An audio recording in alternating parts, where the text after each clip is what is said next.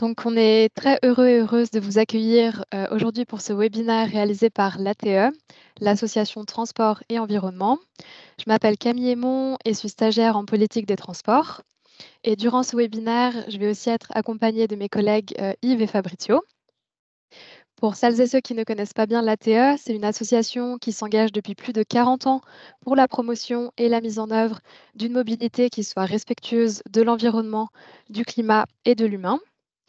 Et si vous êtes intéressé par nos activités, vous pouvez vous rendre sur notre site internet www.ate.ch. Le webinaire d'aujourd'hui porte sur la loi sur l'électricité, à propos de laquelle la population suisse sera amenée à voter le 9 juin prochain. Que prévoit cette loi et pourquoi est-elle si importante sont deux questions à laquelle notre invitée, Isabelle Pasquier-Eichenberger, répondra lors de cette présentation. Isabelle est vice-présidente de l'ATE et fait partie du comité en faveur de la loi sur l'électricité. Elle nous expliquera comment cette loi accélérera le développement des énergies renouvelables en Suisse, tout en protégeant notre paysage et la nature. Le webinaire sera divisé en deux parties, avec tout d'abord la présentation qui durera environ une trentaine de minutes, suivie d'un moment de questions-réponses. Donc, vous pouvez écrire vos questions à n'importe quel moment durant le webinaire dans la rubrique Conversation et nous les reprendrons à la fin de la présentation. Voilà, je crois que pour ce qui est de ma part, j'ai tout dit. Donc, Isabelle, je te donne la parole et tu peux partager ton écran. Bah, il est déjà partagé en fait, c'est tout bon comme ça. Merci Camille. Alors bonjour à toutes et à tous. Donc je précise que je suis face à mon écran partagé, donc je ne vous vois pas. Donc si vous levez les mains ou quoi que ce soit, je suis désolée, ce ne sera pas de la mauvaise volonté, c'est que je ne vous vois pas, je vois que mon écran. Et je me réjouis en tout cas de toute manière d'interagir avec vous dans la seconde partie de ce webinaire. Donc Camille m'a présenté. Je vais dire peut-être quelques mots aussi sur la SES qui gère cette campagne, en fait. Cette campagne, justement, c'est la campagne des organisations environnementales en faveur de la loi. C'est pour ça que l'ATE est un des partenaires de cette campagne. Et la SES, la Stiftung für Energie Schweiz, qui pilote cette campagne, c'est une association qui est spécialisée dans les questions d'énergie, de production d'énergie. Depuis la fin des années 70, cette association, elle existe et elle a pour but de faire en sorte que la politique énergétique soit aussi respectueuse de l'environnement et des droits humains que possible. Et elle prône évidemment le développement des énergies renouvelables, la sortie des énergies fossiles et de l'énergie nucléaire. Voilà pour la petite introduction le contexte déjà de qui je suis, qui on est. Donc, on va venir maintenant sur le contexte de cette loi. Donc, d'abord, un petit peu se replacer. Cette question de la transition énergétique, elle est abordée depuis plusieurs années. Sur la fiche de gauche, vous voyez que le 21 mai 2017, la population suisse, elle avait voté sur la stratégie énergétique 2050.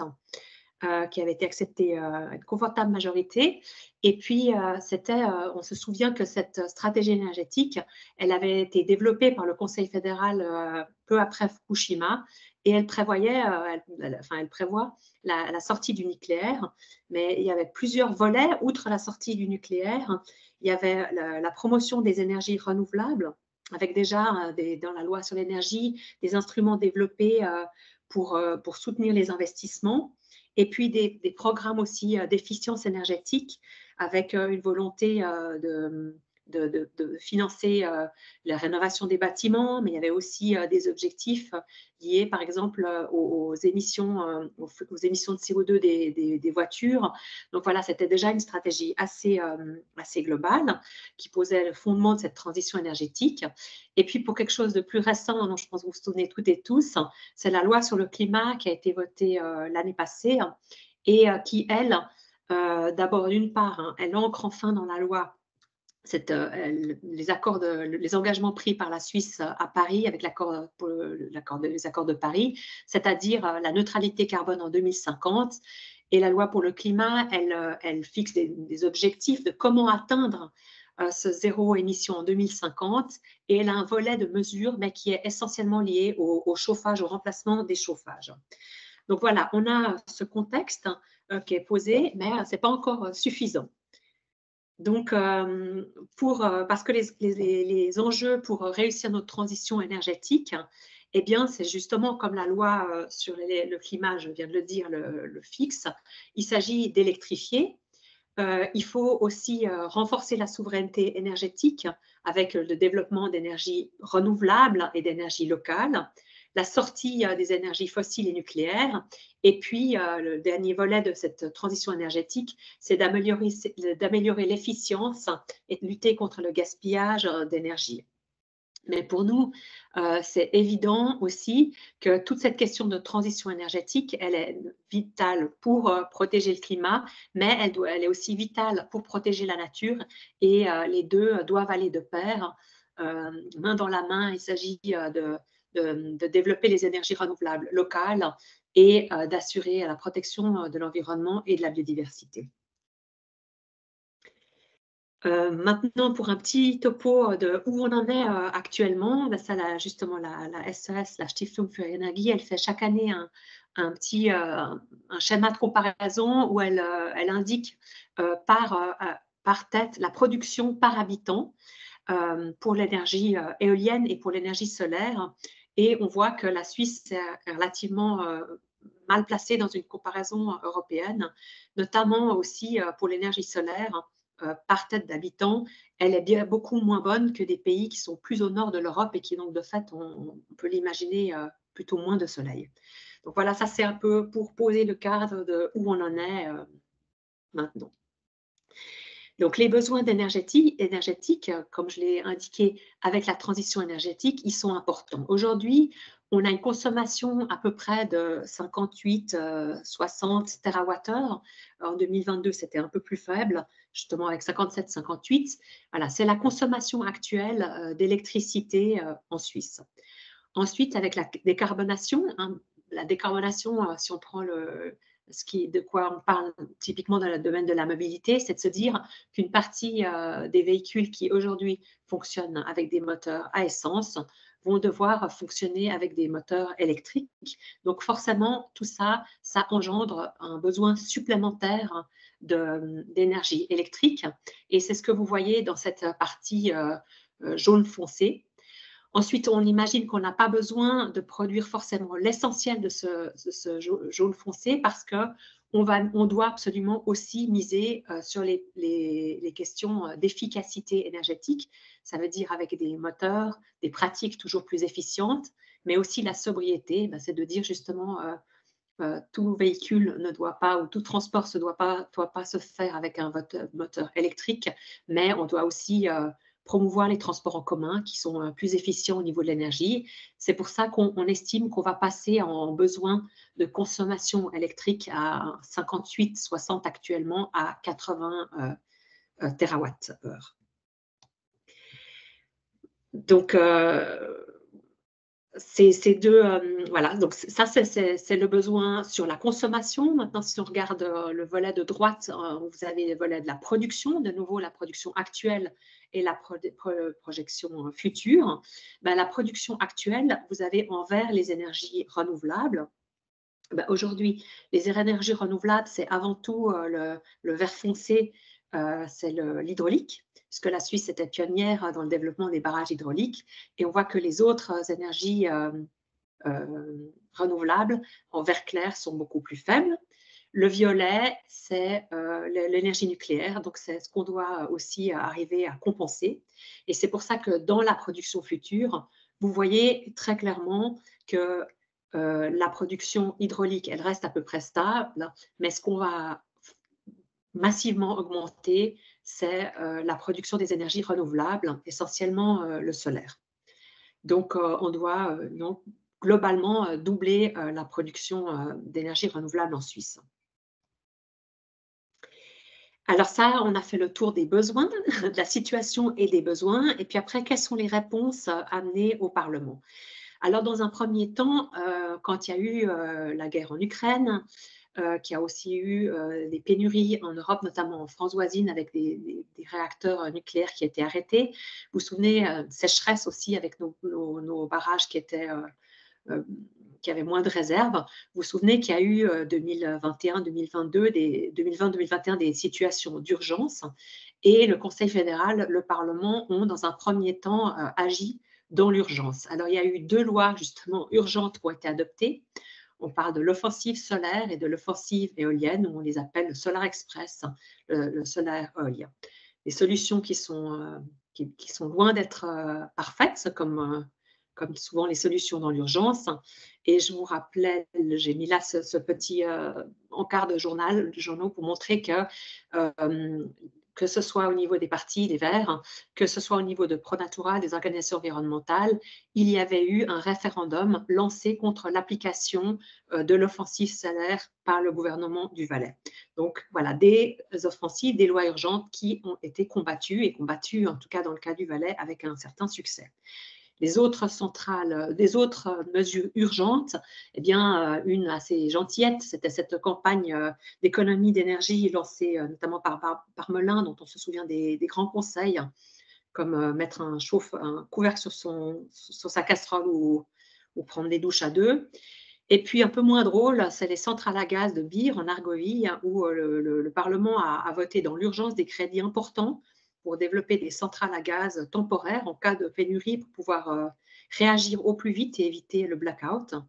Et au même moment pour avoir ces centrales, on a dû aussi prendre des mesures de lever certaines normes de pollution parce que ces centrales à gaz, elles ont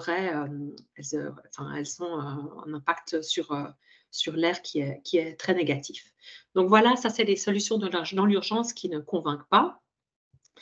Et les solutions qui est aussi en discussion au Parlement depuis 2021 et qui arrive maintenant, qui sera maintenant qui est à bout touchant puisqu'on votera le 9 juin, bah, c'est la loi sur l'électricité. La loi sur l'électricité, donc je l'ai dit, c'est un long processus au Parlement puisque c'est un projet que le Conseil fédéral a déposé en 2021, qui a été voté au Parlement en septembre 2023. Avec donc un long processus, hein, avec de nombreuses navettes entre les chambres, beaucoup de discussions. Vous savez aussi qu'il y a eu une forte implication des organisations environnementales dans ce processus. Et puis, avec au résultat un vote assez clair, puisque au niveau de la Chambre haute, du Conseil des États, il y a eu l'unanimité. Et au niveau du Conseil national, il y a eu 117 voix pour. Vous voyez là les petites lumières vertes et rouges, c'est le Conseil national, et les petites lumières rouges, en fait, c'est dans le camp de l'UDC. Il y avait un PLR, mais sinon, ce sont que des UDC qui se sont opposés, des UDC plutôt de l'ère blochérienne, on va dire. Et ce que je tiens aussi à préciser, c'est que toute la députation romande, donc tous les UDC romans également, ont soutenu ce projet de loi. Maintenant, le référendum, il a été lancé par des organisations, au début, en fait, vraiment plutôt par des individus et des très, très petites organisations environnementales, et qui ont été rejoints au cours du référendum par la Fondation Weber. Et maintenant, vous savez que l'UDC, la base de l'UDC a souhaité aussi décider de soutenir le non.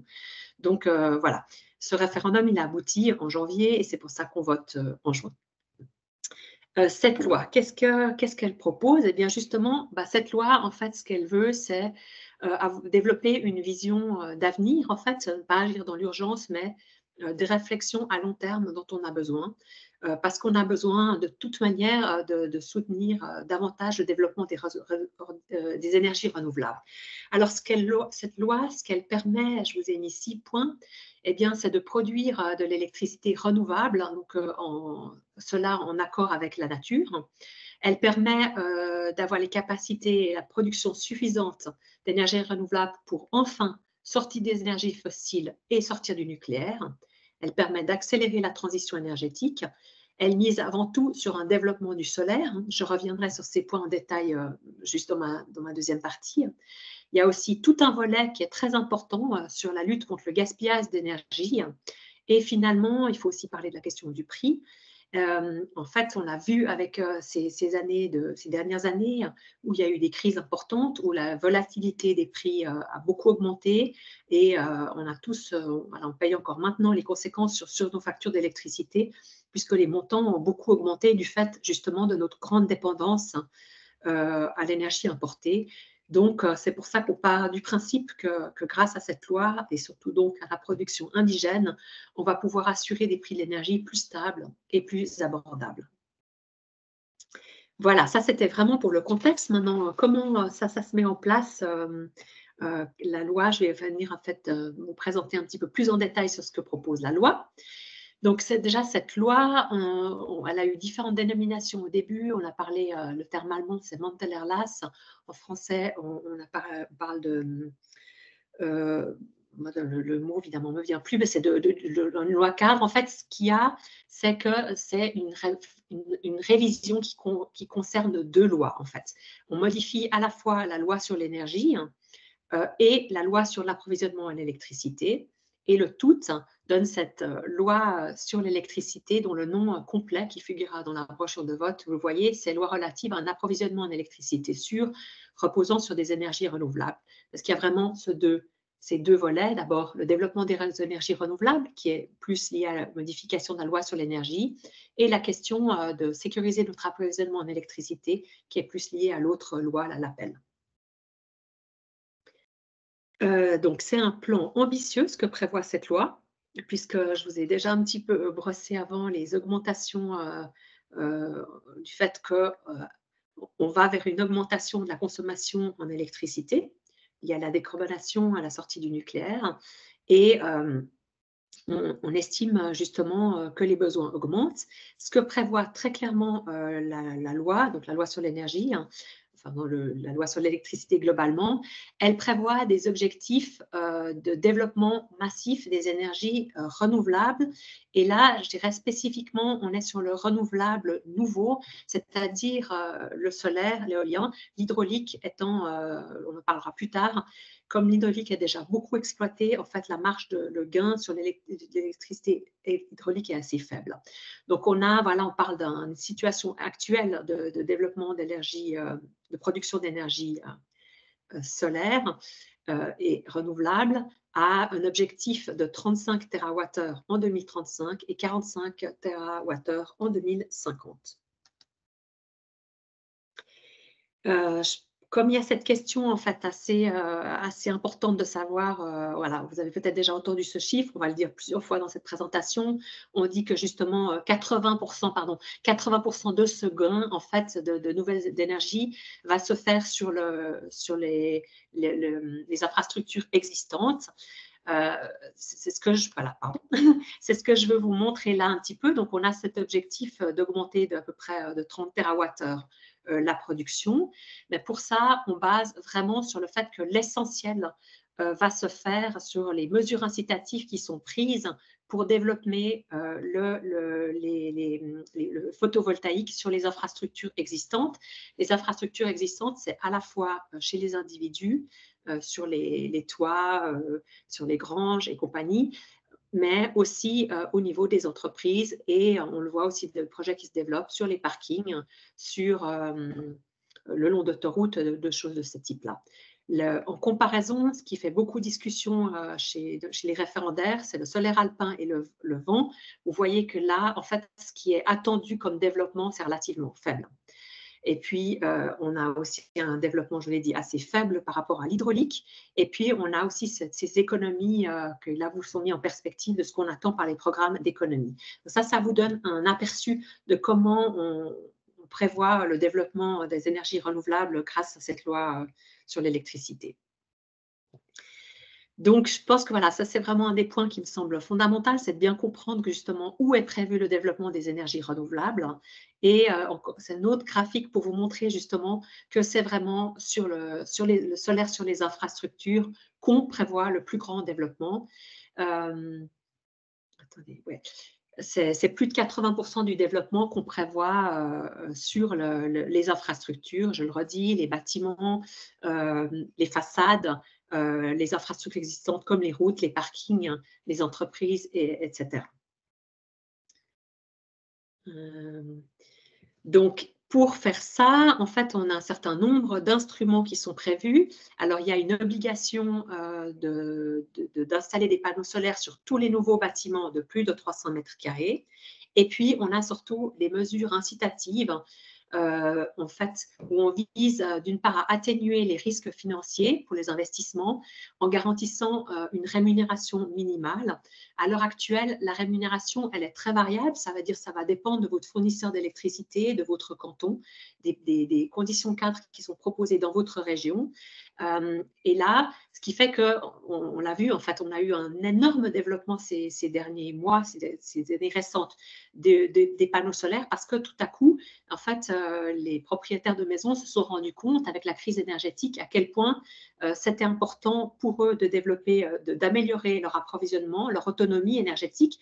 Donc, on a ces panneaux solaires qui ont été massivement déjà installés sur les toits. Mais en fait, ce que vous remarquez aussi, c'est souvent des petites parties du toit qui sont recouvertes d'énergie solaire, parce que finalement, justement, les personnes, les propriétaires, quand elles développent le solaire, elles font un certain nombre de calculs financiers. Et là, l'idée, c'est vraiment d'avoir des instruments qui encouragent à ce que quand on installe, pas seulement pour sa consommation individuelle, mais qu'on installe vraiment sur les infrastructures dont on dispose pour pouvoir réinjecter l'électricité dans le réseau pour pouvoir justement augmenter globalement la production locale.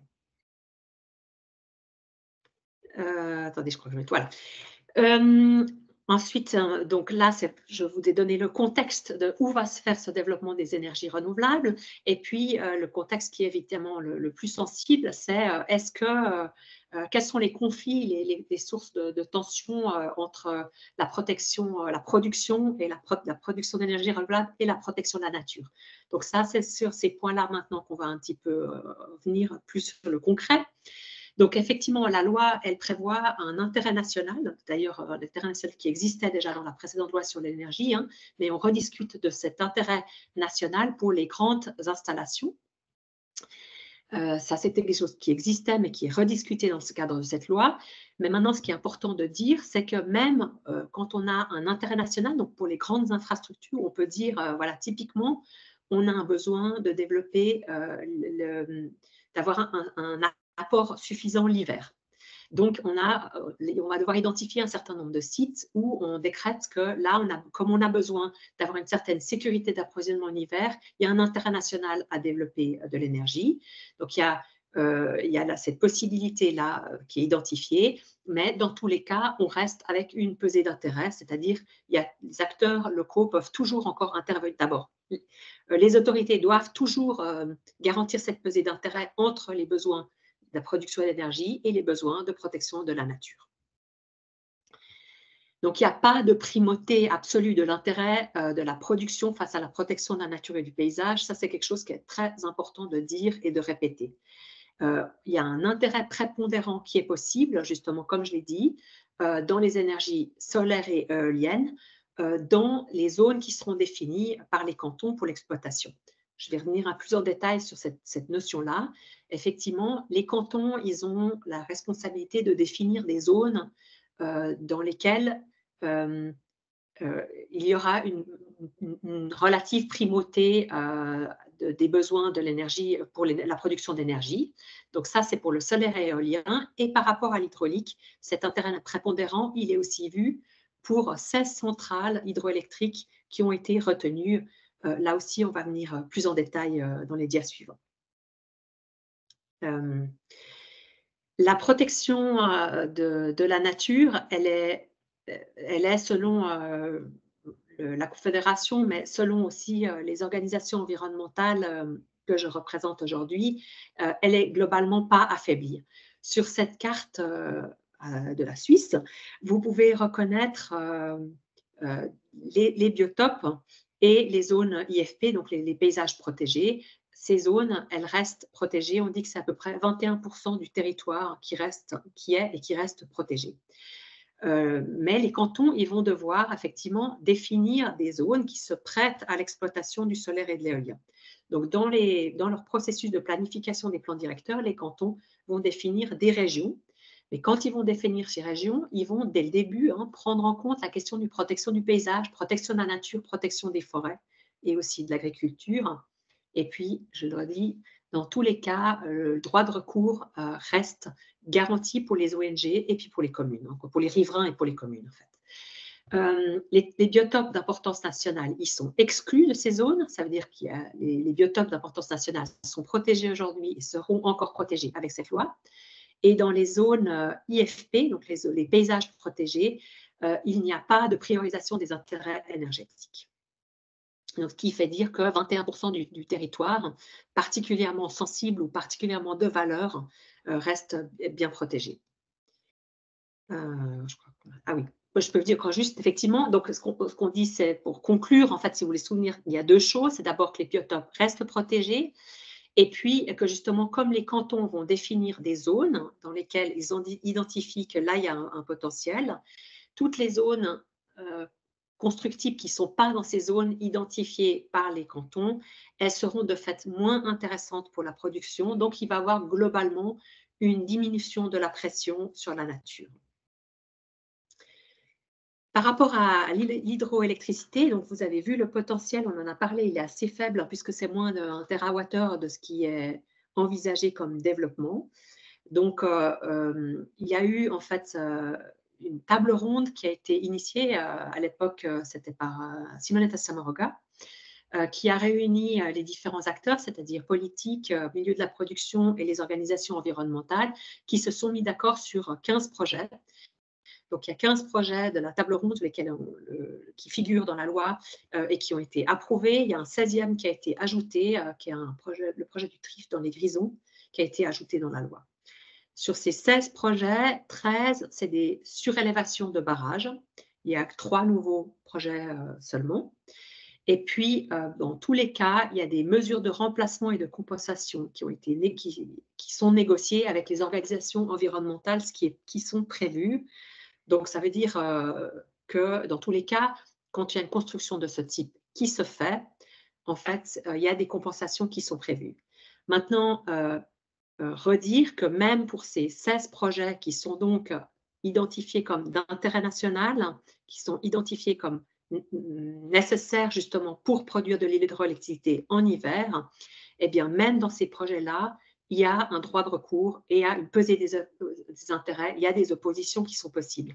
Donc, ces 16 projets ne vont pas forcément être construits. Voilà, ça c'est aussi juste pour être bien clair. C'est ça. Ensuite, il y a le volet des économies d'énergie qui est important aussi, parce que ça, c'est aussi un acquis, en fait.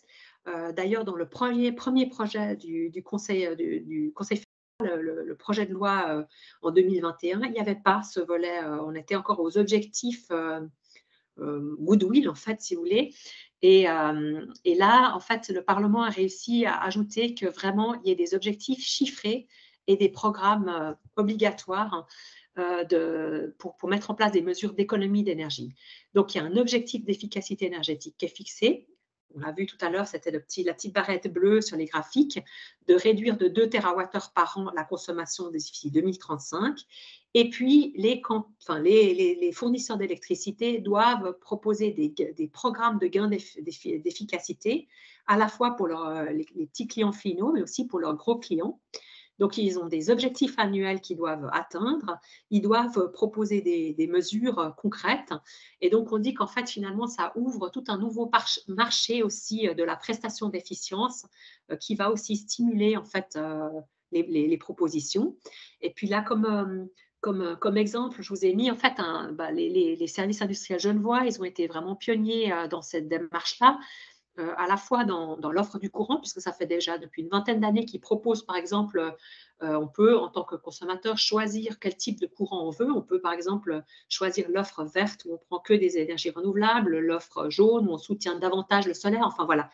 Il y a déjà une possibilité en tant que client de choisir le type d'électricité qu'on veut, mais ce qu'il y a, c'est surtout ce programme Eco 21 que je vous cite, je pense qu'il existe dans d'autres cantons aussi, mais disons, je crois que Genève était vraiment, SIG était pionnier par rapport à ça.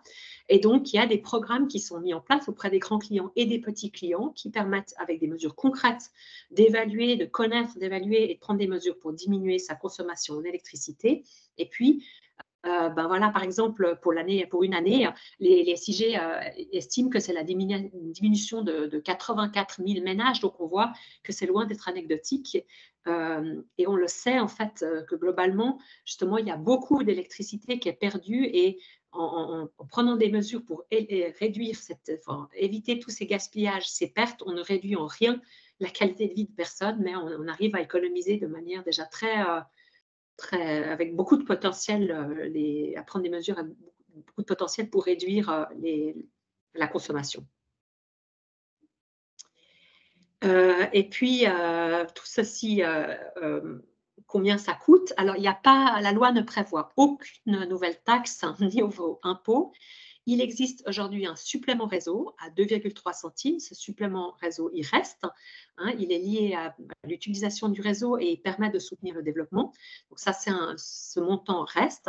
Donc ce supplément réseau qui est payé par les consommatrices et les consommateurs. Et d'ailleurs, si vous regardez dans votre facture d'électricité, en tout cas moi, chez moi, dans ma facture d'électricité, c'est marqué, hein, c'est indépendamment, vous avez votre consommation et vous avez l'utilisation du réseau. Donc ça ne va pas changer. Ça alimente un fonds de soutien au projet. Comme on l'a vu avant, justement, la Fédération pourra soutenir davantage des projets. Ce fonds de soutien projet existait déjà, mais il est maintenant plus ambitieux et notamment ce fonds de projet peut être à découvert à un moment donné quand il y a plus de besoins pour se récompenser après. Et puis, on dit que globalement, la loi sur l'électricité, elle va plutôt réussir à stabiliser les prix parce que c'est vrai qu'avec des énergies renouvelables, on a plutôt une électricité locale, on peut avoir des prix qu'on maîtrise et des prix plutôt bas. On a surtout une beaucoup plus grande indépendance face aux fluctuations, à la volatilité des prix, aux fluctuations des prix des marchés sur le marché international et dans les pays voisins. Et puis, on a la possibilité de créer de la valeur ajoutée et des emplois locaux. On sait par exemple que grâce à la hausse de la consommation, enfin la hausse de développement des installations solaires depuis la crise en Ukraine, eh bien, il y a maintenant une formation qui s'est mise en place pour développer des nouveaux métiers. Donc voilà, il y a aussi vraiment un gisement important là. Et on le sait, en fait, on dépensait chaque année entre 8 et 10 milliards pour s'approvisionner en électricité, en gaz et pétrole auprès d'États, en soutenant aussi indirectement des États plutôt autoritaires. Eh bien, ces montants-là, c'est beaucoup plus effectivement, c'est beaucoup plus profitable qu'ils restent chez nous pour développer nos capacités. Donc voilà ce qui fait dire que la loi sur l'électricité, elle permet d'accélérer la transition énergétique. Elle nous permet de gagner plus de souveraineté, donc de choix dans nos productions d'énergie et d'indépendance, hein, pour ne plus dépendre d'États autoritaires. Elle nous permet aussi de produire une électricité qui est plus respectueuse de la nature. Ça nous permet aussi de développer, de limiter le gaspillage de l'énergie et puis ça nous permet d'assurer des prix plus stables et plus bas.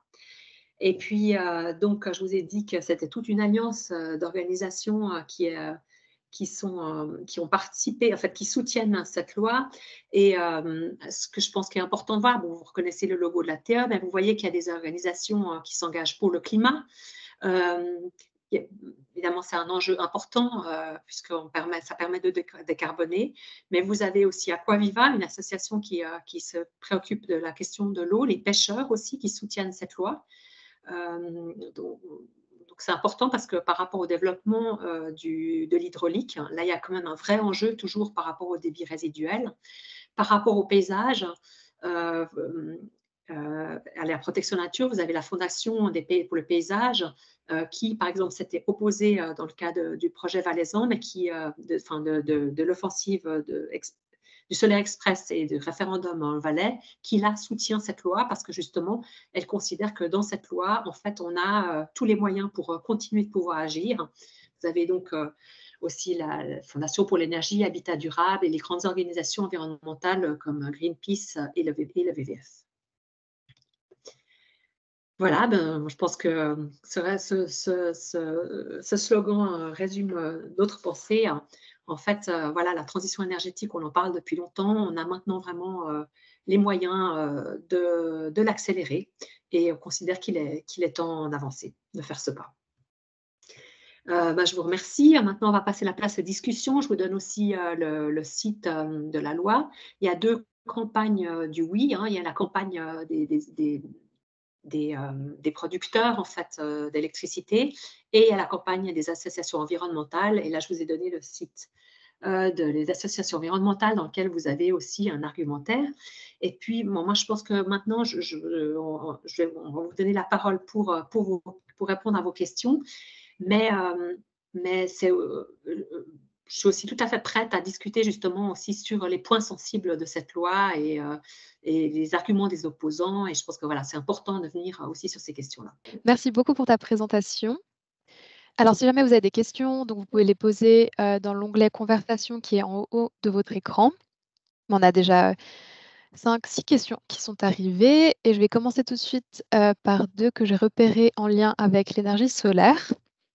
Alors la première, elle demande si cette loi fixe une rémunération plancher pour les producteurs d'électricité photovoltaïque privés. Oui, alors là, comment je fais? Ce que j'avais préféré de dire, je les remets à, je vais essayer de repartager juste, Ouais, ton écran. juste l'écran, hein, comme ça on voit un peu les choses, mais c'est pas grave. Mmh.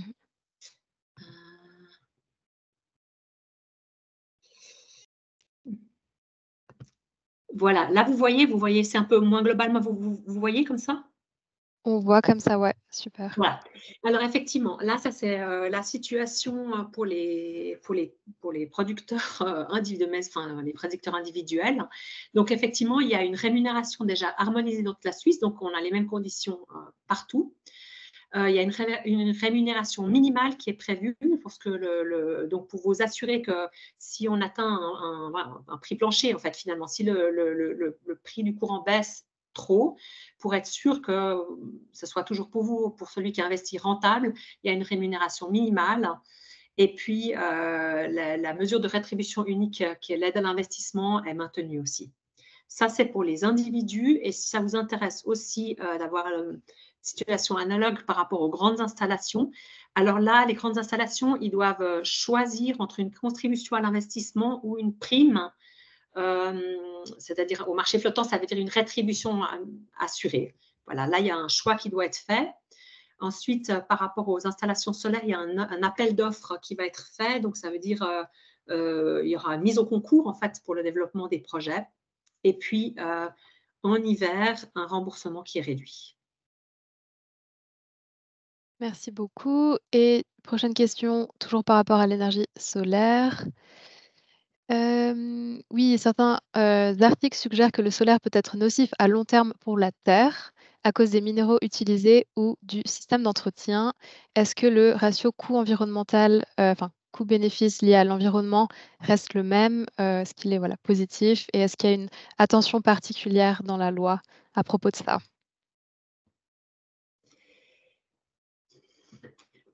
Alors, bon, je vais avoir une réponse en 2 temps. Non, forcément que dans la loi, on ne peut pas régler tous ces détails. Bien sûr que la question aussi, elle est pour nous centrale, la question d'où viennent ces panneaux solaires, bien sûr qu'il y a beaucoup de questions qui se posent, hein. Mais les enjeux, on est obligé un peu de les sérier. Et puis, c'est vrai que là, en fait, l'enjeu, c'est pour assurer la transition énergétique, comment maximiser la production renouvelable d'énergie ici. Et pour maximiser la production d'énergie renouvelable, on voit que le grand potentiel qu'on a, c'est sur le solaire.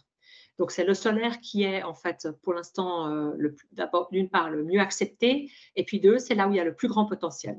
Donc, c'est pour ça qu'il y a vraiment cette priorisation, enfin cette volonté de développer le solaire.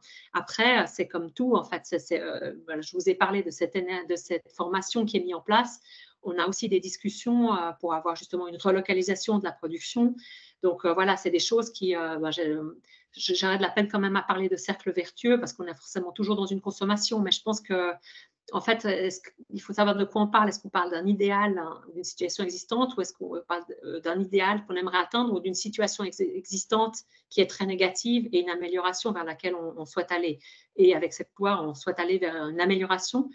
Et disons, si toutes ces organisations environnementales, hein, c'est quand même assez impressionnant, soutiennent cette loi, c'est parce que justement, ils ont fait cette pesée d'intérêt et considèrent que pour la protection de la nature, pour la protection de l'environnement, sortie des énergies renouvelables, développer des énergies fossiles ici, c'est la meilleure des choses. Merci beaucoup. Maintenant, une question concernant un point sensible et qui est de savoir quels arguments pouvons-nous utiliser pour répondre aux personnes qui diront que cette nouvelle loi va permettre de défigurer la nature et en particulier la montagne. Si tu peux revenir dessus. Mhm. Alors, je pense qu'on va prendre, on va peut-être séparer les deux parce que je pense qu'il y a la question de la protection de la nature puis la question des éoliennes. Peut-être ces deux, et du solaire alpin. Peut-être on va un petit peu sérier. Donc, moi, je pense que ce qui est vraiment important de redire, c'est que les biotopes d'importance nationale qui sont protégés, ils restent protégés. Que pour les paysages d'importance nationale, donc c'est quand même 162 sites qui sont à l'inventaire fédéral des paysages, on considère que ces sites seront mieux protégés par la loi. Voilà, donc ça, c'est déjà le cadre qui est donné. Ensuite, un point aussi, c'est que par rapport, vous vous souvenez, je vous ai parlé, il y avait la situation avant la crise, il y a la loi sur l'énergie, puis entre deux, il y a eu ces offensives solaires et offensives alpines. Ben, ces offensives, c'est des lois qui existent, comme c'est des lois urgentes, elles sont à une durée de vie limitée, mais elles sont là. Et pour les organisations environnementales, la loi sur l'électricité qui est proposée, elle offre une garantie, une situation qui est bien meilleure que les situations express, solaires et éoliens, qui, eux, ne prévoyaient aucune exception. Et je pense que ça, c'est important d'être attentif. Alors, c'est un peu compliqué, mais en fait, souvent, les opposants, en fait, ils font référence finalement et d'ailleurs, quand on entend le Brucher, le premier qui a lancé le référendum, lui, en fait, clairement, il fait référence au Solar Express, en fait, quand il parle. Il n'a déjà pas tout à fait compris qu'on était une étape après, en fait. Le Solar Express, on est les premiers, puisque moi, je suis verte aussi, les organisations environnementales et les Verts, on avait soutenu les référendums dans le cas du référendum du Valais. Donc, bien évidemment que on est vraiment conscient de ces enjeux et en fait, il y a un amalgame au sein de l'opinion et un amalgame qui est entretenu par les opposants entre les législations expresses qu'il y a eu et cette législation-là. Mais cette législation-là, ce qu'il faut savoir, c'est que, comme je vous ai dit, elle continue de respecter les biotopes, elle continue de respecter les paysages, elle assure toujours la pesée des intérêts et elle assure toujours le droit de recours.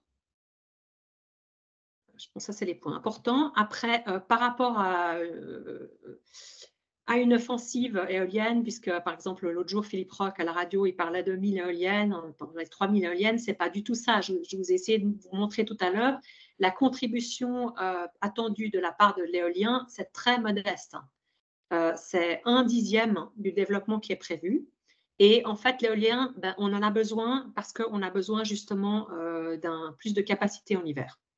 Donc voilà, c'est pour ça qu'on a besoin de l'éolien. Mais de nouveau, les organisations comme Paysage Suisse, les organisations comme BirdLife, qui sont potentiellement en fait deux organisations où il y a des enjeux critiques par rapport au développement de l'éolien, ils soutiennent cette loi parce qu'ils disent qu'avec cette loi, il y aura toujours la possibilité de s'opposer, de poser des conditions et de s'opposer le cas échéant. Merci beaucoup. Alors, je vais juste passer la parole à Yves, mon collègue, qui va reprendre pour la suite des questions.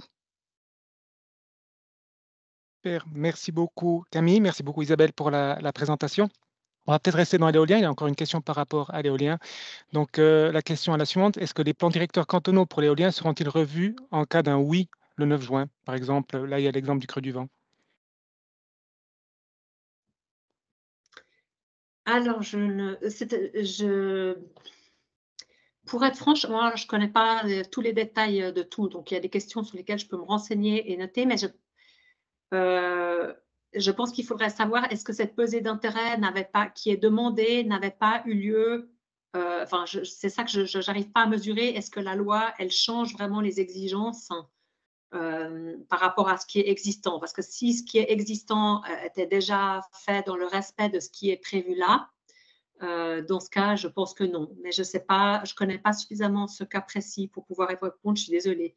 Le cas échéant, peut-être Yves, on peut prendre les coordonnées de cette personne et puis je peux me renseigner ou on se met en contact direct et puis je peux regarder. Oui, bien sûr, on fera ça. On a les coordonnées, donc on se permettra de vous répondre directement. Donc, du coup, je passe aux prochaines questions. Donc, ouais, peut-être, voilà, par rapport aux conditions qui influencent la production. Donc, comment faire face à la variation de la production qui peut dépendre, par exemple, de la météo ou d'autres facteurs, et ainsi que la consommation. Et puis, tout ça, en fait, pour poser la question, autrement dire, comment stocker? Donc, il y a toute la question du stockage de l'énergie. Qu'est-ce qui est prévu? Est-ce que la loi prévoit quelque chose par rapport à ça? Alors là, vous me posez des questions, moi je ne sais pas tout. Ce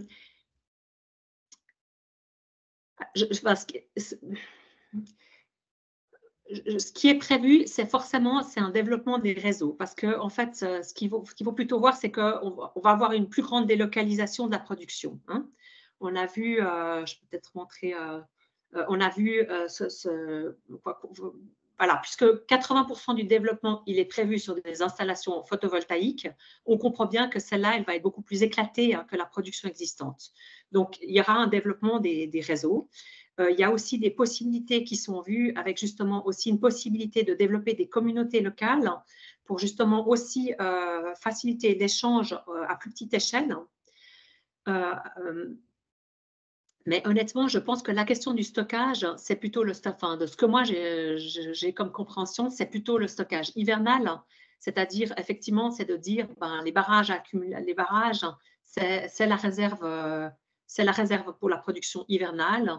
Et en fait, il faut lui ajouter quelques autres sources. Et c'est pour ça qu'on mise aussi sur l'éolien et un tout petit peu de solaire alpin, parce qu'on a besoin, mais c'est des réserves hivernales. Après, par rapport à l'utilisation en été, je pense que c'est chaque fois injecté dans le réseau. Mais peut-être ce que je peux quand même aussi vous dire, c'est que la loi, elle fait 40 pages. Donc, c'est vrai qu'elle est vraiment très, très détaillée et très, très technique. Et moi, je maîtrise pas, enfin, j'ai pas en détail les 40 pages et les nombreux articles. C'est vraiment une loi très, très détaillée. Donc là aussi, moi, je ne suis pas sûre qu'il y a vraiment enfin, je ne comprends pas exactement quels sont les besoins de stockage. Ce que je peux vous dire, c'est que par rapport à la question du stockage de saisonnier, oui, ça, c'est prévu et c'est réglé. Après, s'il y a d'autres types de stockage, je ne suis pas sûre. Hein. Mais je ne suis pas assez technicienne pour savoir. Parfait. Alors, là, je passe à une autre question qui est peut-être aussi un peu technique.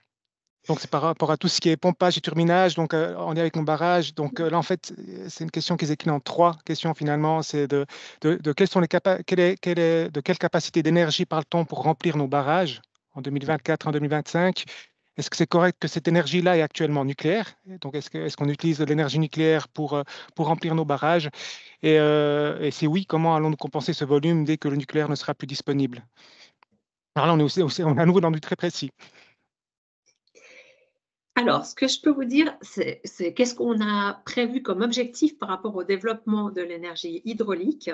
Aujourd'hui, on a à peu près un peu plus que 37 gigawattheures. On va augmenter à pratiquement 38 gigawattheures en 2035 et 39 gigawattheures en 2050. Donc, un gain de 2 gigawattheures dans la production hydraulique. Donc, si vous voulez, c'est la même quantité que ce qu'on va économiser, hein, pour vous donner un ordre de grandeur. Donc, ça veut dire que par rapport à l'hydraulique, finalement, on ne change pas énormément les choses. Donc, cette loi, elle concerne les questions d'approvisionnement, elle ne concerne pas le fonctionnement du captage de l'eau. Alors ça, moi, ça m'étonne un poil parce que dans la mesure où l'essentiel des barrages sont dans les régions alpines qui disposent quand même justement de courant local bon marché. Je ne suis pas tout à fait au fait s'ils utilisent l'énergie hydraulique, l'énergie nucléaire pour ça. Donc ça, c'est un détail technique, mais donc je peux déjà vous dire qu'il n'est pas, ce détail-là, enfin cette question-là n'est pas clairement pas réglée par la loi. Maintenant, ce que je peux vous dire, est-ce qu'on arrivera à se passer de nucléaire? Alors ça, clairement oui. il y a des études indépendantes qui ont été menées, notamment avec un consortium lié aux universités, qui en fait a évalué plusieurs scénarios de développement d'énergétique renouvelable pour voir dans laquelle mesure ces scénarios étaient vraisemblables, et le scénario qui est prévu par la loi, il a été évalué et il est jugé comme réaliste et faisable. Et avec de tels scénarios, on peut se passer du renouvelable, de nucléaire, excusez-moi, on peut se passer du nucléaire. Et bon, ça explique aussi quand même un tout petit peu dans le fond, je pense qu'il faut le dire, hein, le revirement de position de l'UDC, hein, puisque si vous vous souvenez de la dia où je vous ai montré le Parlement, en fait, les 2/3 des élus UDC avaient soutenu la loi dans un premier temps. Tous les élus qui sont membres des commissions de l'énergie ont soutenu la loi et continuent de la soutenir. Et en fait, ceux qui ont changé, ceux qui étaient opposés dès le début, c'est Martullo Blocher, donc la fille de M. Blocher, c'est le chef de groupe Thomas Eschi, donc c'est cette aile dure-là, une aile dure dont on sait qu'elle est proche des milieux nucléaires. Donc voilà, je pense qu'il faut être aussi assez clair sur le revirement de position de l'UDC. Est-ce que c'est pour protéger nos paysages ou est-ce que c'est pour protéger leurs intérêts économiques? Je vous laisse conclure. Pour moi, c'est assez sûr. Merci beaucoup. Juste une question par rapport à ce que tu disais par rapport à la capacité de production. Donc, tu as dit térawattheure, et donc la question c'est, on parle bien de térawattheure et pas de gigawattheure. Alors effectivement, si je dis 37, c'est des térawattheures, et si on dit 37 000, c'est des gigawattheures. Donc oui, dans mes dias, on parlait de gigawattheure. Je m'excuse si une fois j'ai peut-être dit térawattheure, parce que la loi, elle parle de gigawattheure, mais moi, comme elle fait beaucoup de zéros, je pense que les térawattheures, c'est presque plus simple. Effectivement, parfait. Je passe à une prochaine question. Donc, est-ce que cette loi ne laisse pas trop de pouvoir finalement aux fournisseurs d'énergie? Donc, par exemple, qui ont peut-être la faculté de pouvoir couper à distance, que ce soit les besoins comme les ondulateurs de production pour les photovoltaïques, etc. Donc, finalement, est-ce qu'on ne se rend pas aussi finalement trop dépendant en misant des fournisseurs étrangers, en misant trop, par exemple, sur l'énergie solaire, par exemple, ou les énergies renouvelables de manière générale? Eh bien, je pense que c'est aujourd'hui qu'on est hyper dépendant de l'étranger. On l'a vu quand il y a eu la crise. Du jour au lendemain, on a dû stopper stopper toutes les importations de Russie. C'est là où on a vu, en fait, c'est là où on a vu la faiblesse de notre système. Et d'ailleurs, l'Office fédéral de la protection de la population, qui évalue les risques, continue de dire que la pénurie d'énergie, c'est un des risques majeurs pour l'économie suisse. Parce que c'est clair qu'en cas de pénurie, les dommages, ils sont monstrueux, en fait, parce que tout s'arrête. Donc, je pense que c'est maintenant qu'on est dans une situation extrêmement dangereuse, en fait. Après, évidemment, c'est sûr que tant qu'on n'a pas de production, enfin, que la production des panneaux solaires, elle s'est beaucoup améliorée, c'est pas encore idéal, mais qu'on peut partir il y a cette volonté, la Suisse toute seule, c'est compliqué, mais il y a cette volonté à l'échelle européenne de relocaliser une partie de la production. Et puis, de plus en plus ça devient un marché, plus il y aura un intérêt justement de production. Puis une fois que ces installations elles sont là, ben, elles fonctionnent pour un moment et elles donnent justement une nettement meilleure autonomie aux personnes. On sera plutôt vers un marché, à mon avis, qui est justement dans ce sens-là plus autonome. Parfait, merci beaucoup. Il y a une autre question qui nous est venue, voilà, on revient peut-être aussi un peu avec cette crainte par rapport à l'impact que cette loi peut avoir sur la nature et la biodiversité. C'est peut-être important aussi de le répéter plusieurs fois parce que c'est aussi un sujet qui revient souvent. Et aussi par rapport finalement à quel effet ça peut avoir sur le nucléaire. Donc la question est la suivante. À entendre le Conseil fédéral, M. Rushdie, dans un interview récent à la radio, la loi prévoit la primauté de la production d'électricité sur la nature et la biodiversité. Comment peut-on être sûr que la loi ne sera pas dénaturée, notamment quand on sait que certains milieux veulent ouvertement relancer le nucléaire? Donc voilà, quelles sont un petit peu nos sécurités? Voter une loi, c'est quelque chose, mais après, est-ce qu'on aura encore le contrôle finalement de ce qu'on nous vend pour accepter cette loi? Alors moi, je séparerais bien les deux choses. Je pense que la question du nucléaire, c'est une question en tant que telle, et puis la question de la protection de la nature, c'en est une autre. Donc, je vais les serrer votre réponse. D'abord, je vais peut-être prendre celle-là, c'est qu'en fait, est-ce que la nature, justement, risque d'être sacrifiée? Alors, non, parce que justement, cette pesée des intérêts qui est prévue par la Constitution, elle reste assurée. Même dans les cas, justement, où il y a un intérêt national à produire, cette pesée des intérêts, elle reste. La priorité accrue, elle est accordée aux énergies renouvelables, elle s'applique que dans des zones délimitées par les cantons. Ça veut dire qu'il y a cette marge de manœuvre des cantons d'identifier des zones. Et dans ces zones, ils ne les identifient pas, OK, ça va être là et c'est comme ça. Dans ces zones-là qu'ils identifient, ils identifient des zones où ils jugent que l'impact est le plus faible pour la nature, puisqu'ils doivent prendre en compte dans les limitations de ces zones les intérêts de protection du paysage, de protection de la nature, de protection des forêts. Donc, dans ce sens-là, on pense qu'on aura justement plutôt une espèce de concentration dans certaines zones qui va en fait du coup délester toutes les autres. Et puis, même dans ces zones délimitées, il continuera d'avoir la pesée des intérêts et la possibilité de s'opposer. Il n'y a donc pas de priorité absolue qui est voulue. Justement, c'est une grande différence avec le Solar Express, hein, le fossile solaire qui avait été combattu en Valais. Le référendum avait abouti et c'est pour ça que vous avez des personnes qui étaient dans le référendum en Valais, qui maintenant, aujourd'hui, soutiennent cette loi parce qu'ils disent que dans cette loi, alors bien sûr, je ne dis pas que l'impact il est zéro, hein, mais disons, globalement, ils considèrent que avec cette loi, ces compromis, c'est comme ça qu'on peut réduire au maximum l'impact de l'augmentation des besoins d'énergie, parce que c'est quand même de ça qu'on parle. Hein. Évidemment, on parle d'une augmentation des besoins d'énergie nécessaires, et bien que cette augmentation de la production, elle va se faire de la manière la plus respectueuse de la nature. Ça, c'est la première chose. Je pense que voilà, c'est ce point-là. Et vraiment que ce droit de recours, il n'est pas réduit, que cette possibilité de faire recours, elle est toujours existante. Et puis, par rapport aux AKV, au nucléaire, alors bien sûr qu'il y a des intérêts du nucléaire qui sont très forts. Quand on a eu le débat sur la loi sur l'électricité, on avait un Parlement qui était encore plutôt partisan de rester sur la ligne de la sortie des énergies nucléaires. Maintenant, le Parlement, les majorités ont changé. Vous savez aussi, d'ailleurs, ça ne dépend plus du Parlement, puisqu'il y a 2 initiatives populaires qui ont abouti. Donc, de toute manière, d'ici 2-3 ans, on va voter sur cette question de la sortie du nucléaire. Maintenant, la sortie du nucléaire, c'est un horizon lointain, parce que les producteurs d'électricité eux-mêmes l'ont dit, les grands Alpic et compagnie, dans les conditions actuelles, ils ne se voient pas investir dans le nucléaire.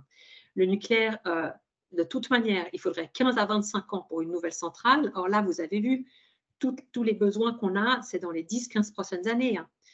Donc, c'est vraiment maintenant qu'on a besoin. Le nucléaire, il n'amène pas de solution. Et c'est pour ça que vous avez aussi, même dans l'UDC, des pro-nucléaires qui sont partisans de cette loi. Donc, si vous voulez, cette loi, elle nous donne de nouveau pas toutes les garanties, elle nous permet de sortir du nucléaire, et ça, je redis, les spécialistes l'ont évalué et ils ont dit effectivement, avec le développement des énergies renouvelables, on peut compenser le nucléaire existant et on peut en sortir, mais ce n'est pas une garantie. Si le peuple revient sur cette volonté de sortie du nucléaire, je peux évidemment que ça peut relancer, mais maintenant, la population genevoise a aussi voté pour la traversée du lac et elle ne se fera jamais. Donc, ce n'est pas non plus parce qu'on vote que forcément les choses se font quand il y a trop d'incertitudes au niveau du développement. Mais disons, par rapport à cette loi, je pense que c'est 2 débats quand même séparés. Merci beaucoup pour cette réponse très complète. Je profite pour dire qu'il y a une question qui a directement été répondue aussi dans le chat. Donc, il y a un lien qui vous amènera directement vers la loi. Donc, pour celles et ceux qui souhaitent la décortiquer, vous pouvez volontiers cliquer sur ce lien et vous y trouverez toutes les informations nécessaires. Et encore Une dernière question que j'ai en tout cas notée, c'est alors de quel budget parle-t-on sur ces années? Alors là, je vais peut-être remettre le contexte. Cette question a été posée plus ou moins au moment où tu nous présentais le slide sur combien ça coûte, où tu y mentionnes un fonds de soutien au projet qui est alimenté par le supplément réseau. Est-ce qu'on sait de quel montant on parle ici au niveau du budget pour le soutien de ces projets? Alors, ce que je peux vous dire, c'est que le budget, le supplément réseau ne va pas augmenter. Donc, ça veut dire qu'on part du principe qu'on n'a pas des besoins, qu'avec les moyens existants, on y arrivera. Par contre, on prévoit d'avoir plus de souplesse. Ça veut dire, si on est maintenant dans des années de développement plus importants, on va pouvoir endetter ce fonds, sachant qu'après, puisque forcément, si on consomme plus d'électricité, on alimente plus ce fonds, ben, ça compensera.